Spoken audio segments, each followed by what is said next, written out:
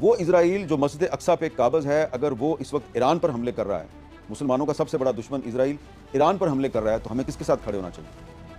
Iran के साथ खड़े होना चाहिए या इज़राइल और उसके सबसे बड़े इत्तेहादी अमेरिका के साथ खड़े होना चाहिए? ये सवाल है, आप अपने दिल से पूछें। मैं आपको वार्निंग देना चाहता हूँ और मैं कोई सुनी सुनाई बात नहीं कर रहा।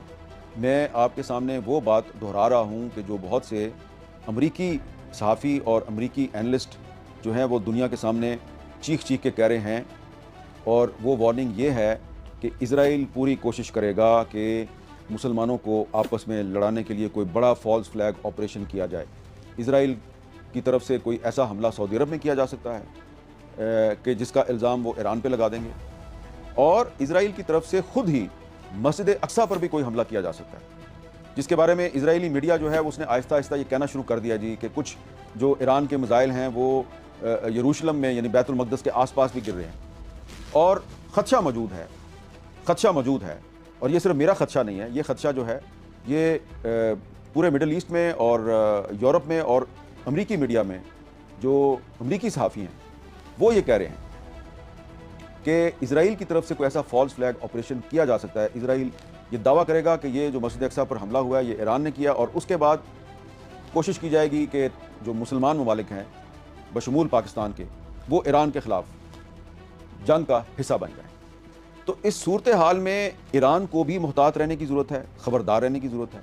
सऊदी अरब को भी मुहतात और ख़बरदार रहने की ज़रूरत है। पाकिस्तान को भी मुहतात और ख़बरदार रहने की ज़रूरत है। अपनी आँखें कान खुले रखें, और जो मुस्लिम ममालिक ने इस वक्त बहुत से गैर ज़रूरी फ्रंट खोले हुए हैं वो फ्रंट फौरी तौर पे बंद करें, और ये जो ईरान पर जो इज़राइल का और अमेरिका का हमला है इस पे तवज्जो दें। कोई फ़ॉल्स फ्लैग ऑपरेशन जो है उसके ज़रिए पाकिस्तान को ईरान के ख़िलाफ़, सऊदी अरब को ईरान के ख़िलाफ़ इस्तेमाल करने की कोशिश की जाएगी।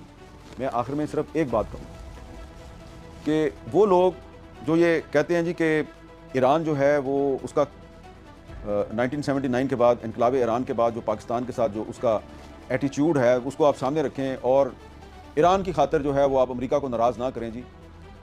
तो ये ईरान की तो बात हो ही नहीं रही। देखें, अब जबकि बरतानिया और बहुत से यूरोपियन कंट्रीज़ जो हैं वो इस जंग का हिस्सा नहीं बन रहे, तो फिर तो पाकिस्तान पर दबाव डालने की ज़रूरत ही नहीं पड़ती।